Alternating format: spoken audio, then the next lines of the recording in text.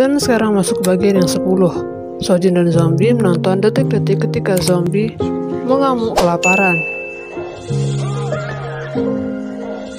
Dan setelahnya Sojin menyiapkan wajan berbagai ukuran untuk memukul zombie jika dia kembali menggila. Kakak Sojin yang di rumahnya mau masak pun kebingungan karena semua wajannya hilang. Zombie dan Sojin sempat berdebat gara-gara si zombie gak terima kalau dia bakal dipukul menggunakan wajan-wajan tersebut.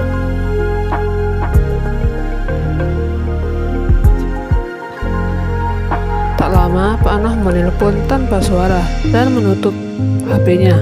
Setelah tahu, suara yang ia dengar bukanlah suara detektif Mo yang asli. Zombie mulai berniat membalas kebaikan detektif Mo yang telah memberinya kantor itu.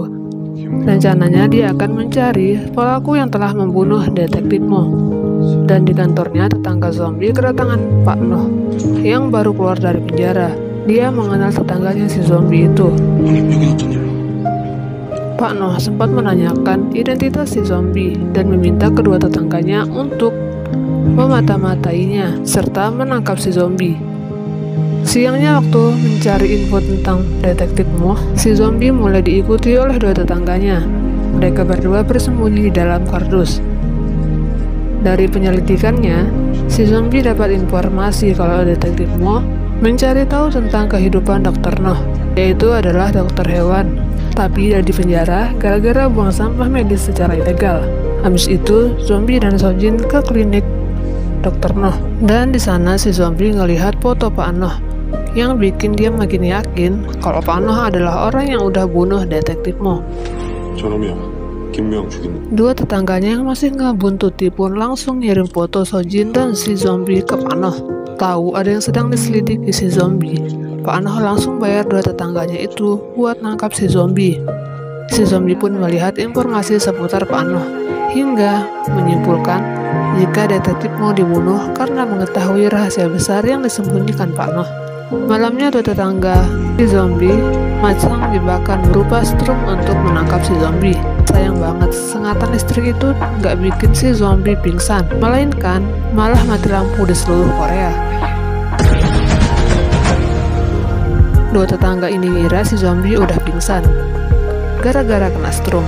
Jadi mereka berdua cepat-cepat ke kantor zombie. Sampai di sana mereka kaget ngelihat si zombie, sampai-sampai gak sengaja mereka nyentuh aliran strum yang membuat mereka berdua jadi pingsan.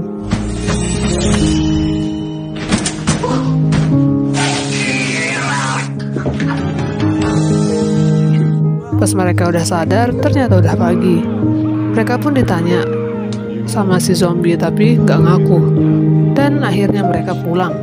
Waktu sedang duduk-duduk, penciuman tajam si zombie mulai keluar lagi. Dia mencium aroma hangus dari benda yang ditinggal tetangganya itu.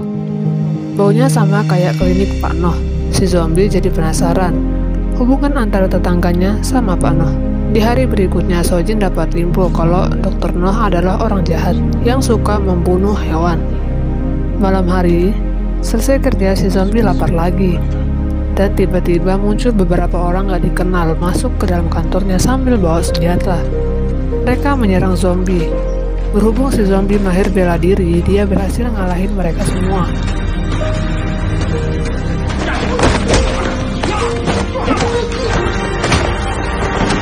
Yang terakhir, Pak Rock yang merupakan tetangganya masuk melawan. Dia adalah orang yang membayar preman itu untuk mengalahkan si zombie.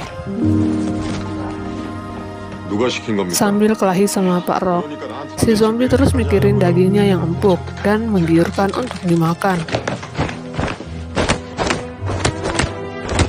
Perkelahian terus terjadi sampai akhirnya Pak Rock mulai ketakutan gara-gara lihat si zombie perbaikin kepalanya yang bengkok. Si zombie yang udah lapar banget nggak sadar. Yang ada dia cuma mau nyantar daging Pak Rock. Pak Rock yang takut pun langsung lempar besi sampai nancep di perut si zombie. Dengan santai zombie narik besi itu dari perutnya dan terus maju sampai hampir memangsa Pak Rock. Sojin yang dengar keributan pun jadi khawatir. Dia segera ngejar si zombie dan berhasil mukul dia sampai pingsan dengan teflon yang mengenai tepat belakang kepalanya.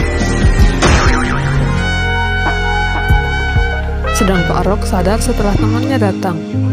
Dan besok paginya tetangga itu menemui Pak Noh buat ngembaliin uang 1 tas yang udah Pak Noh kasih.